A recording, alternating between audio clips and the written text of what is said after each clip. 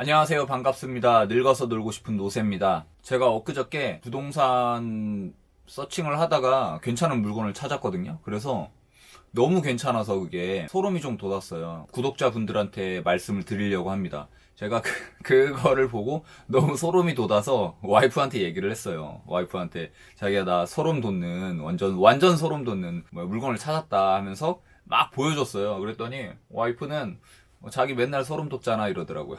네, 맞아요. 보면은 되게 자주 소름 돋아요, 보면서. 아, 이거 물건 괜찮은데? 아이디어 너무 좋은데? 이렇게 들어가면 돈 벌 것 같은데? 막 이런 소름 돋거든요.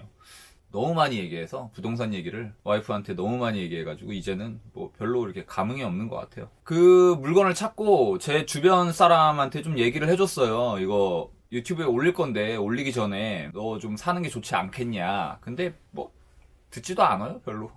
그리고 유튜브 내가 올린다고 해서 구독자가 지금 600명밖에 안 돼서 뭐 그렇게 파급력도 없을 것 같고. 근데 그만큼 좋아요. 저는 너무 좋게 생각해요. 돈이 될 게 뻔히 보여요.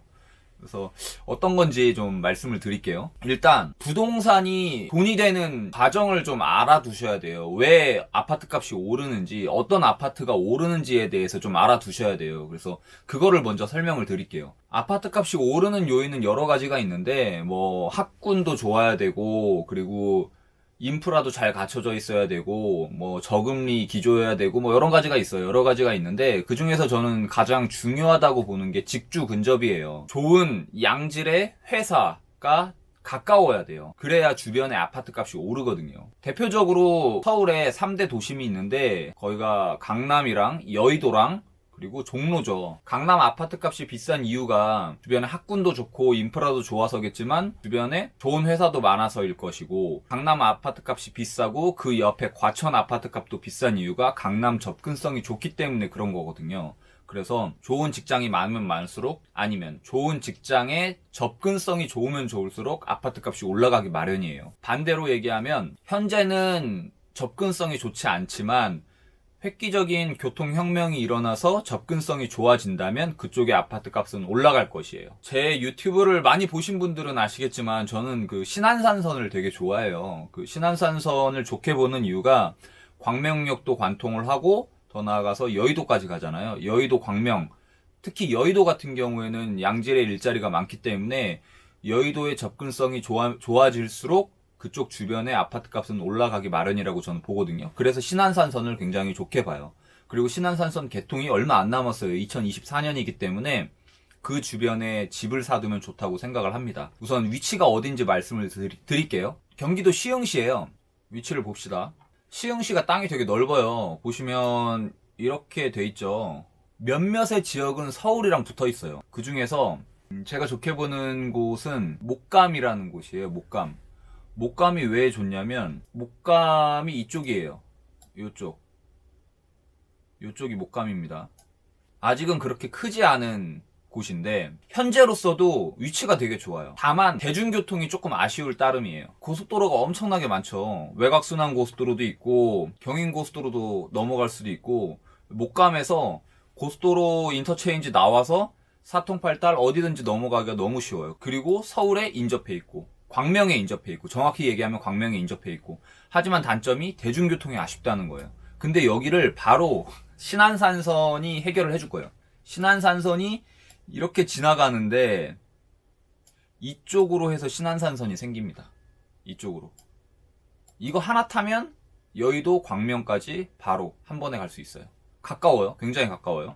그리고 보면 여기요, 신안산선 공사 중이라고 써있죠. 목감역 2024년 개통 예정이고, 그리고 이쪽으로 한정거장만 가면 광명역이에요. 광명 아파트값 엄청 비싸거든요. 그리고 하나 더, 이거 보이시죠? 이쪽에 여기에 뭐가 들어오냐면 광명 테크노밸리가 들어와요. 판교 테크노밸리라고 생각을 하시면 돼요. 물론 판교 테크노밸리처럼 그렇게 엄청난 대기업들이 유치가 될지는 모르겠어요. 그치만 어쨌든 테크노밸리가 이쪽에 들어서요. 테크노밸리가 들어서면 제가 앞에서 얘기를 했던 것처럼 좋은 일자리들이 이쪽으로 많이 몰릴 거예요.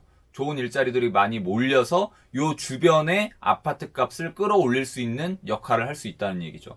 당연히 우선적으로 광명 쪽의 아파트 값을 더 높게 쳐주겠죠. 그래서 광명의 아파트를 사면 좋아요. 돈 올라가요, 더. 하지만 광명 아파트는 지금 너무 비싸거든. 그래서 여기 목감에서 광명 테크노밸리까지도 가깝고 광명역까지도 가깝고. 봅시다. 아파트 값이 얼만지 광명역 주변에 깜짝 놀랄 겁니다. 예, 11억. 제일 낮은 금액이 25평형이 11억. 11억이나 해? 미쳤네. 30평형이 14억 5천. 30평형이 엄청 비싸죠.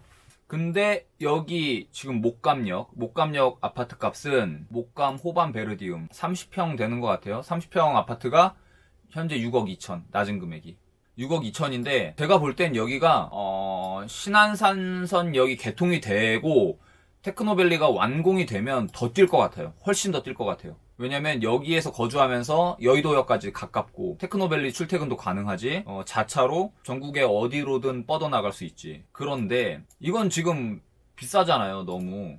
얼마야? 7억. 7억 너무 비싸잖아. 너무 비싼데 이걸 사면 안 되지. 우리는 새 아파트가 될 수 있는 아파트, 그런 아파트를 좋아하잖아요. 제가 그런 아파트를 사야 되죠.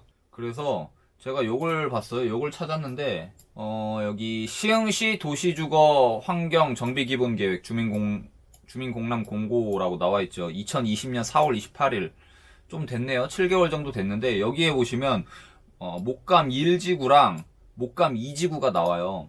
목감 1지구, 2지구가 나오는데 재개발 방식으로 될 예정이고 1단계, 2단계라고 나오죠. 단계별 계획이. 1단계 같은 경우에는 2020년부터 23년까지 지구 지정을 하고 2028년까지 정비 사업을 완료하겠다라고 나오는데 2028년보다 더 걸릴 수도 있겠지. 2단계는 32년까지 이렇게 돼요. 목감 1하고 목감 2지구가 어딘지 한번 볼게요.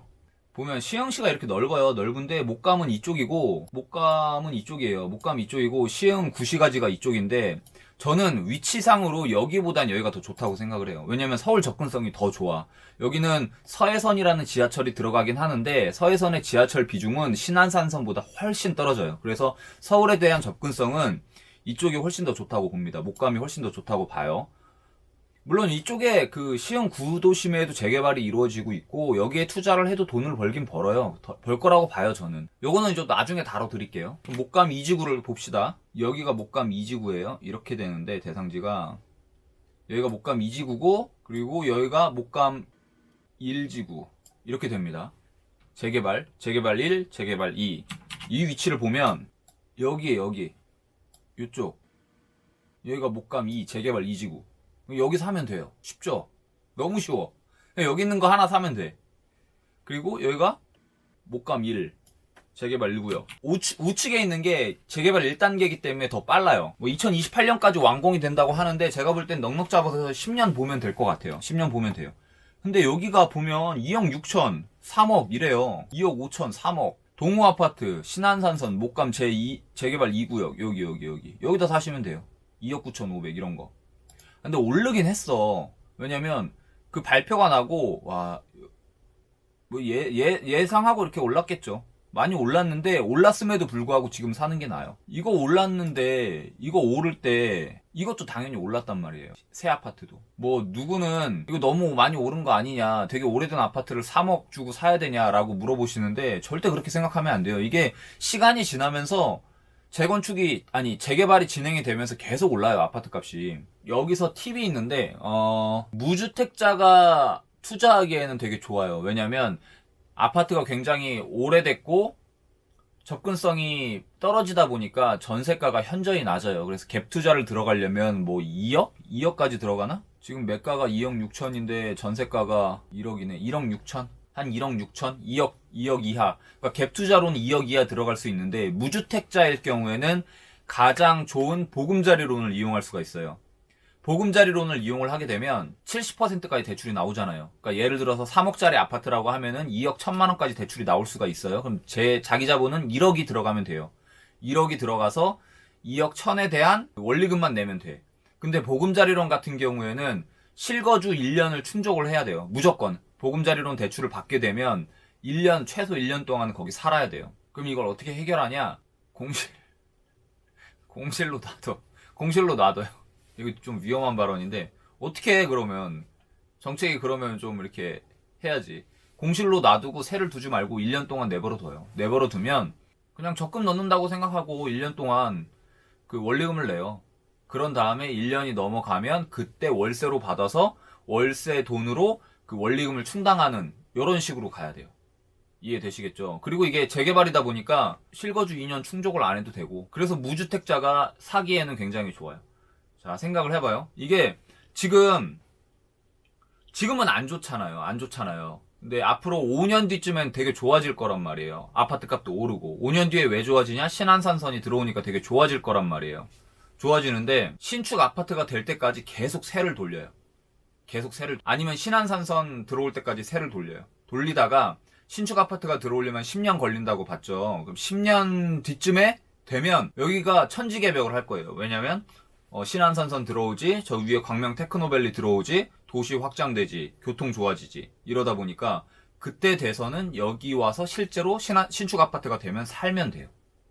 아이디어 되게 좋지 않나? 나 이 아이디어 생각하고서 소름 돋았다고 얘기한 건데. 나는 너무 좋게 봐요. 이거 무조건 돈 될 거라고 봐요. 그때 그 용현 동아파트 안 사고 이거 알았으면 요거가 더 좋았을 것 같아요. 제 생각은 그래요. 이렇게 생각을 해야 돼요. 자, 실제 투자금이 1억 정도밖에 안 들어요. 근데 자, 생각을 해봐요. 이 옆에 있는 아파트는 7억이에요. 지금 1억으로 7억짜리 아파트를 살 수 있어요? 절대 못 사요. 그쵸? 근데 10년 뒤에 이 7억짜리 호반 베르디움 아파트가 7억 그대로 가 있을까? 절대 아니죠. 분명히 오르겠죠? 뭐 한 10억 될 수 있을까요? 뭐 8억? 9억? 이렇게 될 수 있잖아요. 그러니까 그냥 널널하게 잡아서 9억이 될 수 있는 아파트라고 쳐요. 9억이 될 수 있는 아파트를 현재 1억으로 잡아둔다. 이렇게 생각을 하시면 돼요. 이거 하나만으로도 살 수 있는 값어치는 충분합니다. 근데 신안산선 들어오고 테크노밸리 들어오고 도시 확장돼. 그러면 안 살 이유가 없지. 나중에 실거주 할 수도 있으니까. 이거 봐봐요. 계속 도시가 이렇게 확장되고 있죠. 아파트가. 여기 한번 탐방 가봐야겠다. 그래서 저는 너무 좋게 봐요. 여기 사고 싶어요. 제가. 그래서 제가 추천을 드리는 게 한 20대 후반이나 30대 초반 무주택자일 경우에는 1억 정도 모았다. 아니면 뭐 한 5천만 원 정도 모으고 신용대출 5천을 땡길 수 있다. 그러면 이거 사둬서 계속 내버려 두고 보금자리론 받고 1년 전입신고 해두고 나머지는 월세 받아가지고 충당을 하고 신축 아파트 되면 입주하고 10년 뒤에. 이 아이디어가 너무 좋다고 봅니다. 2억 1천만 원 받으면 원리금이 얼마냐면 81만 원. 81만 원 원리금에 납입 원금이 40만 원 정도 되네. 그러니까 40만 원짜리 적금 이렇게 생각하시면 되겠네요. 1년 정도 80만 원씩 계속 내다가 월세 얼마나 나올라나? 한 3, 40 나올라나? 그러면 그걸로 이자 내면 되고 이렇게 보면 됩니다. 뭐 누누이 얘기하지만 저 같으면 이렇게 하겠다는 얘기예요.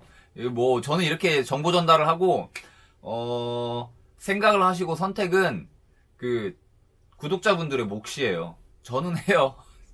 근데 그 며칠 전에 저희 구독자 한 명 인천 재개발 하나 하셨잖아요. 저는 그거보다 이게 더 좋아 보이는데 욕먹는 거 아니야? 이거 소개시켜주지 왜 인천 따위 얘기해줬냐 이렇게.